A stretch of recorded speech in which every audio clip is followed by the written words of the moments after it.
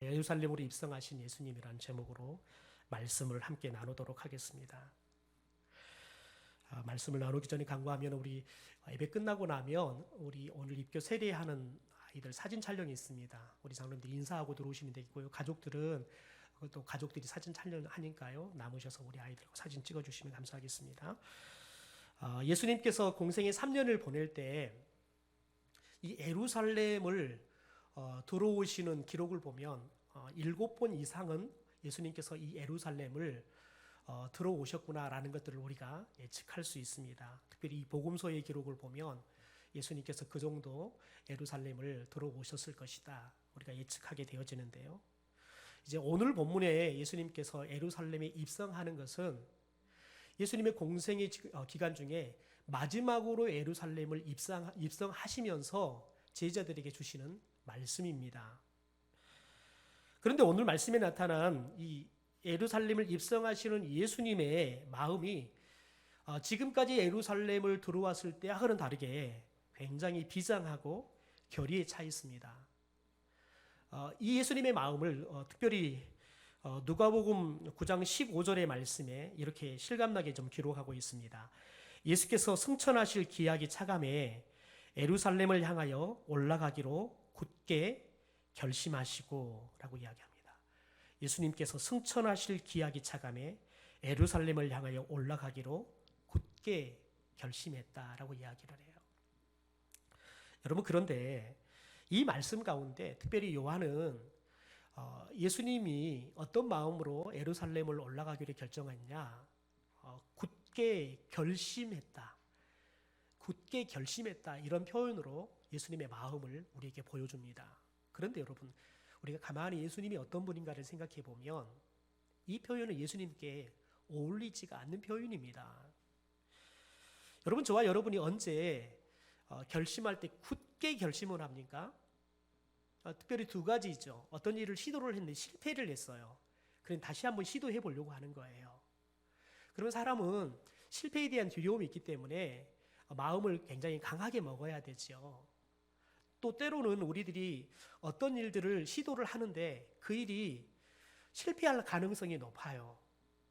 그러면 자신감이 떨어지죠. 그러면 마음을 아주 결심을 굳게 하고 저희들이 어떤 일들을 시도하는 것을 보게 되어집니다. 그러니까 굳게 결심했다 이 말은, 이런 단어는 우리처럼 연약해가지고 자꾸 실패하고 또 이렇게 마음을 단단히 먹지 않으면 우리가 자신감이 없어 일을 시도하는 것도 어렵고 또 실패할 확률이 높을 때 그럼 우리들에게 표현하는 것이 잘 어울립니다. 그런데 예수님은 우리와는 다르신 분이십니다. 예수님은 마음 먹으시면 못할 일이 없는 전능하신 분이십니다. 그런데 그런 예수님이 마음을 굳게 먹을 필요가 없습니다. 예수님은 생각만 해도 이루어지시는 분이십니다. 예수님은 그냥 말씀만 해도 다 이루어지는 거예요. 예수님은 굳이 마음을 굳게 결심할 필요가 없는 분이세요. 그런데 요한은 예수님께서 굳게 결심했다라고 표현을 합니다. 여러분, 그런데 누가는 그런데 특별히 누가는 여러분이 이렇게 표현한 이유가 뭘까요? 예수님께서 예루살렘으로 가시려는 이 마음이 얼마나 확고했는가를 강조하기 위해서 그렇습니다. 왜냐하면 예수님께서 하나님의 나라에서 이 땅으로 성육신하신 이유가 바로 오늘 예루살렘으로 입성하기 위해서 그렇습니다.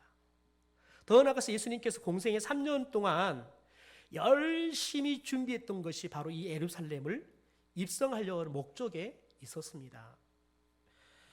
여러분, 그렇다면 예수님께서 왜 이렇게 지금 마음을 굳게 하고 예루살렘으로 지금 입성하려고 하는 걸까요? 앞서 우리가 누가복음 9장 15절에서 읽었던 것처럼 승천하실 기약이 차감해라고 말을 해요. 그러니까 예수님께서 하늘에서 이렇게 세상으로 내려오셨어요. 그런데 이 말에 의하면 예수님께서 다시 하늘로 올라가시기 위해서 예루살렘을 가신다라고 이야기를 해요. 여러분, 그런데 예수님께서 이 땅에 내려오실 때 이유가 있었어요. 예수님께서 이 땅에 내려오실 때에는 승천도 이유 중에 하나였어요. 그런데 그 승천 이전에 이 예루살렘에 들어가셔서 예수님께서 어떤 한 사건을, 어떻게 정확히 이야기하면 두 사건이죠. 두 사건을 경험하기 위해서 예루살렘을 입성하시는 거예요. 바로 십자가와 부활이에요. 인류 역사 이래 수많은 사람들이 태어나고 죽었습니다. 그 사람들 중에서 수많은 사람들이 범죄를 저지르면서 형벌을 받아 죽어가는 사람들이 많았지요. 그런데 이 십자가에 처형을 당하는 사람은 극소수의 사람들이었습니다. 그런데 하나님의 아들이었던 예수님께서 이 땅에 내려오시는데 그분이 이 십자가를 경험하기 위해서 오셨다는 거예요. 더 나아가서 예수님께서는 부활을 경험하기 위해서 이 예루살렘에 입성하신 거예요. 그리고 궁극적으로 이제 십자가와 부활을 경험하고 난 다음에 하나님의 나라로 다시 올라가는 이 승천을 경험하시기 위해서 예루살렘에 입성하는 거예요. 여러분, 그런데 예수님께서 십자가 부활을 경험하기 위해서 또 승천을 경험하기 위해서 이 땅에 오셨는데요. 그래서 이 중요한 이 일에 대해서 제자들에게 끊임없이 이야기를 했어요. 무려 성경에 보니까 제자들에게 3번이나 이야기를 해줘요. 그것도 미리 예고를 해줘요. 오늘 본문에 나타나는 이 예수님의 예고는 제자들에게 3번째로 그리고 마지막으로 하는 예고예요. 예수님이 십자가에 죽고 다시 부활할 것이다. 이것들을 마지막으로 예고하는 말씀입니다. 우리 18절과 19절의 말씀을 다시 한번 읽어볼까요? 같이 읽죠. 시작. 보라, 우리가 예루살렘으로 올라가노니 인자가 대제사장들과 서기관들에게 넘겨짐에 그들이 죽이기로 결의하고 이방인들에게 넘겨주어 그를 조롱하며 채찍질하며 십자가에 못 박게 할 것이나 제3일에 살아나리라. 여러분, 예수님은 왜 이 땅에 내려오셔서 십자가와 부활을 통과하는 경험을 해야 될까요? 그것은 예수님에게 필요해서가 아니라 우리에게 절대적으로 필요하기 때문에 그렇습니다. 예수님은 이 십자가와 부활을 통해서 우리를 구원하시고 동시에 우리에게 부활의 산 소망을 주기 위해서, 동시에 우리들이 이 부활의 산 소망을 가지고 예수님처럼 하나님의 나라로 승천해서 올라갈 것에 대해서 우리에게 보여주고 우리를 그 삶으로 초대하기 위해서 예수님께서 십자가와 그리고 부활, 승천을 경험하시기 위해서 이 땅에 오신 거예요. 그리고 예루살렘으로 입성하신 겁니다. 여러분, 사람은 아담 이후로부터 모두가 다 죄인이 되었습니다. 태어날 때 우리들은 다 원죄를 가지고 태어납니다. 그래서 모든 아이들은 태어난 순간 다 죄인입니다. 그래도 우리들은 그렇죠. 모든 아이들이 뭘 안다고 죄를 지었습니까? 무슨 아이들이 죄인이라고 이야기합니까? 여러분, 죄인입니다. 모든 사람들은 다 죄를 가지고 태어나요. 그래서 여러분, 우리 아이들이 어린이집에 보내놓으면 바른 말, 고운 말을 배우기보다는 오히려 욕부터 배워요. 저희 아이들을 태권도 도장에 보내놨더니요, 발차기 배워서 제일 먼저 실습한 게요, 쟤네들끼리 실습을 하더라고요. 자신들 보호하라고 태권도를 가르쳐놨더니 그것을 서로 두드려 패는 데 쓰고 있더라고요. 저는 목사 아들과 딸은 그렇게 안 할 줄 알았어요. 저는 목사 아들이 아니기 때문에 저는 그렇게 살았거든요. 근데 목사 아들과 딸은 그렇게 안 살 줄 알았어요. 그런 태권도 가르쳐놨더니 목사 아들과 딸도 별 수 없더라고요. 똑같아요. 왜요? 우리는 다 죄를 갖고 태어났기 때문에 다 죄인이에요. 그래서 여러분, 우리들이 그냥 일만 벌리면 죄를 짓는 게 우리의 일상생활이에요. 여러분, 예수님께서 이 죄로 인해서 우리가 죽게 되었는데 우리를 그 죄로부터 구원하기 위해서, 사망으로부터 구원하기 위해서 우리의 죄를 해결하셔야 되는 거예요. 그런데 우리의 죄를 해결할 수 있는 방법이 뭐냐면 십자가의 보혈만이 그게 가능한 거예요. 히브리서 9장 22절에 이렇게 말합니다. 율법을 따라 거의 모든 물건이 피로써 정결하게 되나니 피 흘림이 없은즉 사함이 없다. 예수님께 십자가에서 피를 흘려 죽으셔야 할 것은 뭐냐면, 우리를 죄로부터 깨끗하게 하는 것은 십자가에서 예수님께서 피 흘려 죽을 때만이 우리가 죄 용서를 받을 수 있다는 거예요. 그래서 예수님께서 십자가에 죽으시는 그 일들을 겪기 위해서 예루살렘에 입성하신 겁니다. 그러므로 예수님께서 십자가에 죽으시고 피를 흘려 죽으심으로 인해서 저와 여러분의 모든 죄악들을 이미 다 깨끗하게 된 줄 믿습니다. 그래서 우리가 죄와 사망으로부터 영원한 구원을 이미 얻은 줄 믿습니다. 여러분, 그 후에 예수님께서 무덤에 들어가시죠. 그리고 3일 만에 다시 죽음을 이기고 부활하셨습니다. 그리고 우리에게도 영원한 생명의 문을 활짝 열어놓으셨지요.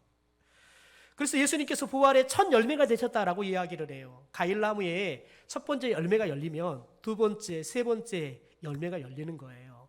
사택 앞에 살구나무가 있어요. 그런데 2주 전에 그 사택 앞을 지나가는데 이상한 소리가 윙윙 나요. 그래서 무슨 소리가 나나. 그래서 벌집이 있는 줄 알고 벌집을 한참 찾았는데 안 보여요. 그런데 가만 보니까 이 살구나무에 꽃이 이제 피기 시작했는데 제 눈에는 꽃이 많이 보이지가 않아요. 그런데 벌떼들이 그냥 달라들어갖고 있는 거예요. 그런데 어제 보니까요. 2주 전에는 몇 개 안 달렸던 그 살구나무 꽃이 어제는 많이 피었어요. 보니까 냉해를 입어서 작년보다는 훨씬 꽃이 피지는 않았어요. 여러분, 이렇게 첫 번째 열매가 열리면 두 번째, 세 번째 열매가 열리는 거예요. 예수님께서 부활의 첫 열매가 됐다는 것은 뭐냐면 저와 여러분이 둘째, 셋째, 그 다음에 부활의 열매가 된다는 소망을 우리에게 주시는 메시지인 줄 믿습니다. 여러분, 그래서 예수님께서 이 목적을 이루기 위해서 세상에 오셨고 이 목적을 이루기 위해서 예루살렘에 입성하신 겁니다. 여러분, 예수님께서 이 예루살렘을 올라가실 때 이제 예수님께서 이 땅에 머무를 시간이 얼마 남지 않았습니다. 여러분, 겨우 40일 조금 더 남으신 거예요. 예수님께서는 이 세상에 머물 동안이 얼마 남지 않았지만 예수님께서는 그 남은 시간 동안에 무엇을 위해서 어떤 일을 하실지 그 목표가 분명하셨다는 거예요. 예루살렘을 입성하면서도 제자들에게 그래서 자신이 왜 예루살렘을 올라가는지, 무엇을 위해서 올라가는지, 어떤 일을 할 것인지에 대해서 분명하게 밝히는 거예요. 여러분, 성경에 등장하는 믿음의 사람들의 특징이 뭐냐면 살아가는 목적이 무엇인지를 분명하게 알았다는 거예요. 웨스트민스터 소요르 문답체 1문에 이런 질문이 나옵니다. 사람의 제일 되는 목적이 무엇입니까? 이 질문을 하고 답을 이렇게 써놨습니다. 우리 답을 함께 읽어볼까요? 같이 읽죠. 시작.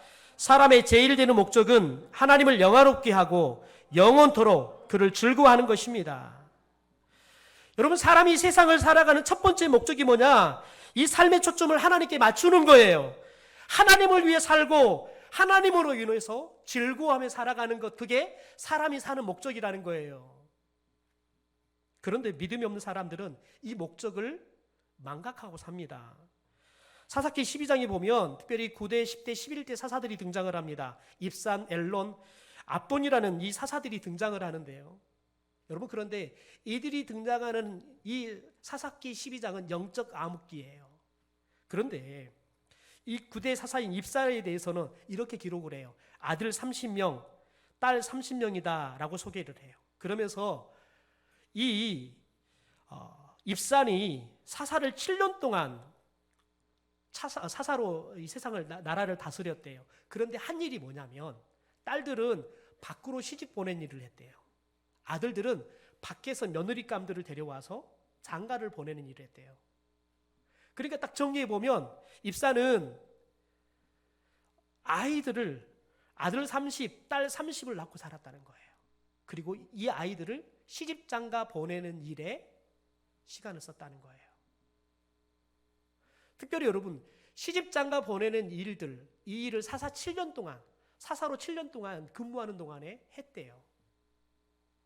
무엇을 이야기하냐면 두 가지를 이야기해요. 아이들을 이렇게 많이 낳았다는 것은 한 남자에게 이렇게 아이를 낳은 게 아니라 부인이 많았다는 거예요. 사사가 성적으로 타락한 거예요. 둘째, 여러분, 7년 동안 아이들을 시집장가 보내는 것도 여러분 보통 일이 아니잖아요. 그것만 해도 여러분 7년 동안 여러분 60명 자녀들 여러분 시집장가 보내는 사람 기네스북에 올릴 사람 아니겠습니까? 근데 그 일을 했대요. 그러니까 그 일만 했다는 거예요. 더군다나 여러분 사위감 며느리감 어디서 데려왔어요? 밖에서요. 이방 사람들을 중에서 데려왔다는 거예요. 하나님이 절대 하지 말라고 하는 결혼식을 시키는 일을 누가 했다고요? 사사가 했다고요. 더 나아가 10대에 사사했던 엘론은 10년 동안 사사로 다스리는 일들을 합니다. 그런데 특별히 하는 일이 없습니다. 그러니까 한마디로 엘론은 인생을 먹고 살다 죽은 거예요. 그냥 먹고 싸고 살다가 죽었어요. 사사 일을 했다는 거예요? 아니요. 사사가 아닌 일반적인 사람도 하는 삶을 살다가 죽은 거예요. 그리고 여러분 11대 사사했던 압도는 아들이 40명, 손자가 30명이다 라고 이야기를 해요. 8년 동안 사사로서의 역할들을 해요. 그런데 무엇을 기록하냐면 어린 낙이 70마리를 탔다라고 이야기해요. 어린 낙이 70마리를 타다가 죽었대요. 그러니까 여러분 특별히 9대 사사했던 입산하고 비슷하지요. 입산보다 여러분 아들과 손자까지 보니까 조금 더 낫지요. 그러니까 자녀들을 한다 그러면은 뭐 입산보다는 좀 낫지요. 그런데 어린 낙이 여러분 70마리를 타다 죽었대요. 이 말이 무슨 말이냐면 아이들이 여러분 아들만 40이래요. 40명을 낳았대요. 그러니까 똑같이 압돈도 입산처럼 성적으로 타락한 거예요. 부인을 많이 둔 거예요. 그리고 여러분 생각해 보십시오. 어린 낙이 70마리를 탔다는 말이 무슨 말이냐면 오늘로 이야기하면 부정축조를 해가지고 소위 자신들의 아들들 40명에게 손자들 30명, 70명에게 고급 자가용 하나씩 사가지고 타도록 줬다는 거예요. 사사 일을 안 하고 성적으로 타락해서 여자들 불러다가 아이를 낳는 일을 하다가 시간을 보내고 더 나아가서는 부정축조에 성도들에게 돈을 착복해가지고 그거 가지고 이렇게 고급 자동차 사가지고 아이들한테 손자들에게 주고 살다가 죽었대요. 여러분 그게 9대, 10대, 11대 사사의 일들이에요. 그러니까 여러분 이스라엘이 이 시기에 영적 암흑기에 빠져버리고 마는 거예요. 그런데 이와 비슷한 삶을 살았던 사람이 창세기 5장에 나옵니다. 바로 에녹입니다. 여러분 에녹에 대해서도 여러분 비슷하게 기록을 합니다. 에녹이 보니까 300년 동안 아이를 낳다가 죽어요. 그런데 에녹과 이 사사들과 다른 차이점이 뭘까요? 우리 창세기 5장 22절 말씀을 함께 좀 읽어보겠습니다. 같이 읽죠. 시작. 무드셀라를 낳은 후에 300년을 하나님과 동행하며 자녀들을 낳았으며 또 24절입니다. 에녹이 하나님과 동행하더니 하나님이 그를 데려가심으로 세상에 있지 아니하였더라. 여러분 에녹은 다른 사사들하고 별 차이가 없어요. 똑같이 300년 동안 자녀를 낳으면서 살았어요. 그런데 차이는 뭐예요? 딱 하나예요. 하나님과 동행하며 살았대요. 사도 바울의 여러분 말로 표현한다 그러면 여러분 에녹은 먹든지 마시든지 무엇을 하든지 누구 영광을 위해서요? 하나님 영광을 위해 살았다는 거예요. 매 순간 나의 생애가 하나님이 주신 삶의 목적이 무엇인가를 늘 깨닫고 그래서 그 목적을 이루며 살았다는 거예요. 그게 하나님과 동행하며 살았다는 거예요. 여러분 저와 여러분이 세상 사람들과 똑같이 먹고 마시며 살아요. 아이들 장가 보내면서 시집 보내면서 살아요. 여러분 그런데 저와 여러분의 다른 점이 뭐예요? 저와 여러분 누구를 위해 살아야 돼요? 하나님의 영광을 위해요. 아들을 장가를 보내도 왜 장가를 보내야 돼요? 하나님의 영광을 위해서요. 딸을 시집 보내더라도 왜 여러분 시집 보내야 돼요? 하나님의 영광을 위해서요. 저와 여러분이 먹어도 누구 영광을 위해서요? 하나님의 영광을 위해서요.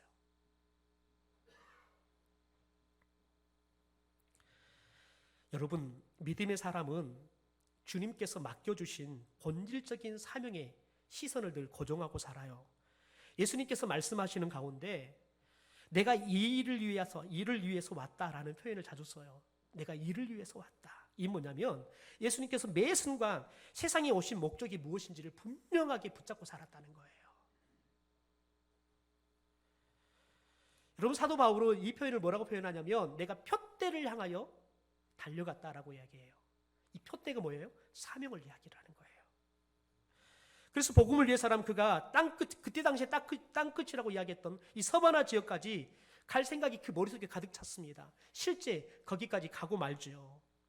그러면서 여러분 그는 먹든지 마시든지 무엇을 하든지 오직 하나님이 주신 사명을 위해서 살았다는 거예요. 먹어도 사명을 위해서, 마셔도 사명을 위해서, 걸어도 사명을 위해서, 그가 천막을 만들어도 사명을 위해서, 호흡을 해도 사명을 위해서 그가 살았다는 거예요. 여러분 인생은 덧셈과 뺄셈으로 이루어진다라고 이야기해요. 사람이 태어나잖아요. 그러면 하나씩 더해가요. 하나씩. 그래서 배우잖아요. 배우는 걸 하나씩 더해가잖아요. 여러분이 살면 성공했다 하면 여러분 없어지는 인생이 아니라 하나씩, 없던 집도 하나 사고 없던 차도 사고 하나씩 더해가잖아요. 여러분 그런데 인생 끝이 되어 가면 여러분 뺄셈의 인생을 사는 거예요. 기억도 사라져가요. 기록도 사라져가요. 내가 같이 만났던 사람도 한 사람 하나 죽고 없어져가요. 그래서 인생을 빼기 하다가 결국 인생을 마무리한다고요. 그런데 여러분 모든 사람들이 이 덧셈과 뺄셈의 인생을 살아요. 이건 여러분 누구도 부인할 수가 없어요. 그런데 중요한 건 뭐냐면 마지막 인생의 뺄셈을 할 때 무엇을 빼고 무엇을 남길 것인가를 선택을 잘해야지만 우리가 성공하는 인생을 살 수 있다는 거예요. 더군다나 하나님 앞에서 성공하는 인생을 저와 여러분이 살 수 있다는 거예요. 여러분 세상 사람들은 땅 많이 갖고 집 많이 가지면 여러분 성공한 인생이라고 생각해요. 거기다 인생을 다 쏟아붓잖아요. 온통 누수거리가 그런 이야기로 가득하잖아요. 사람들이 왜 분노합니까? 집을 못 사니까요. 사람들이 왜 분노합니까? 나는 못 산 땅을 저들은 샀으니까요. 왜 그렇습니까? 그게 관심이 없으면 샀든지 말든지 여러분 분노까지 할 일이 아니에요. 그런데 그게 우리의 인생이 목적이 돼버리니까요. 여러분 그게 분노할 일이 돼버린다고요.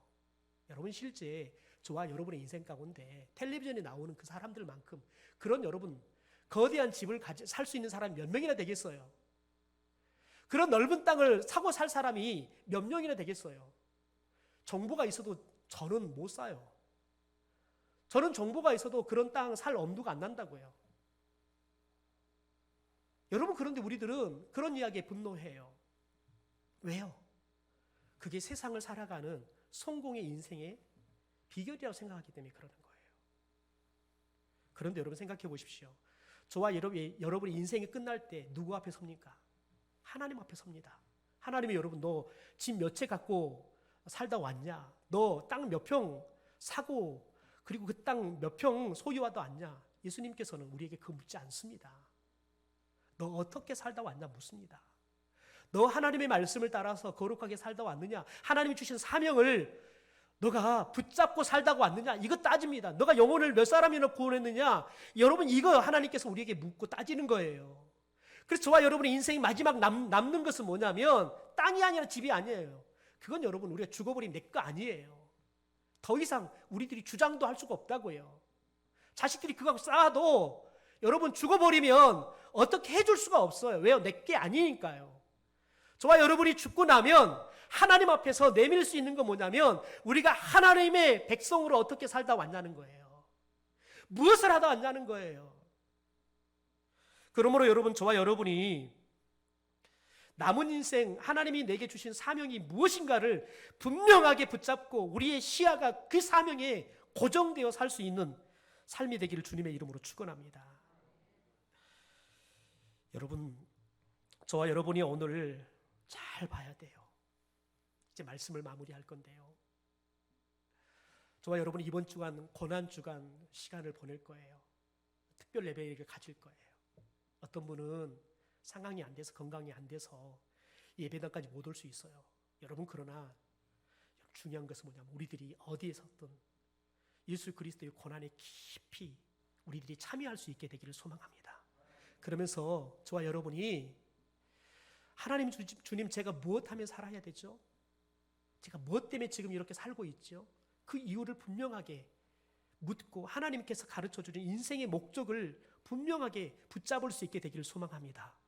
그래서 이번 주는 저와 여러분이 하나님의 영광을 위해서 그분으로의 즐거워하고 그분으로의 아파하는 시간을 함께 보낼 수 있게 되기를 소망합니다. 이번 한 주 동안 저희들이 특별 새벽 예배를 하면서 하나님이 내게 주신 사명이 무엇인가를 다시 한번 붙잡을 수 있게 되기를 소망합니다. 그러면서 하나님이 우리의 사명에 기름 부어 주셔서 우리의 사명감이 다시 한번 불타오르는 그런 시간이 될 수 있게 되기를 주님의 이름으로 축원합니다.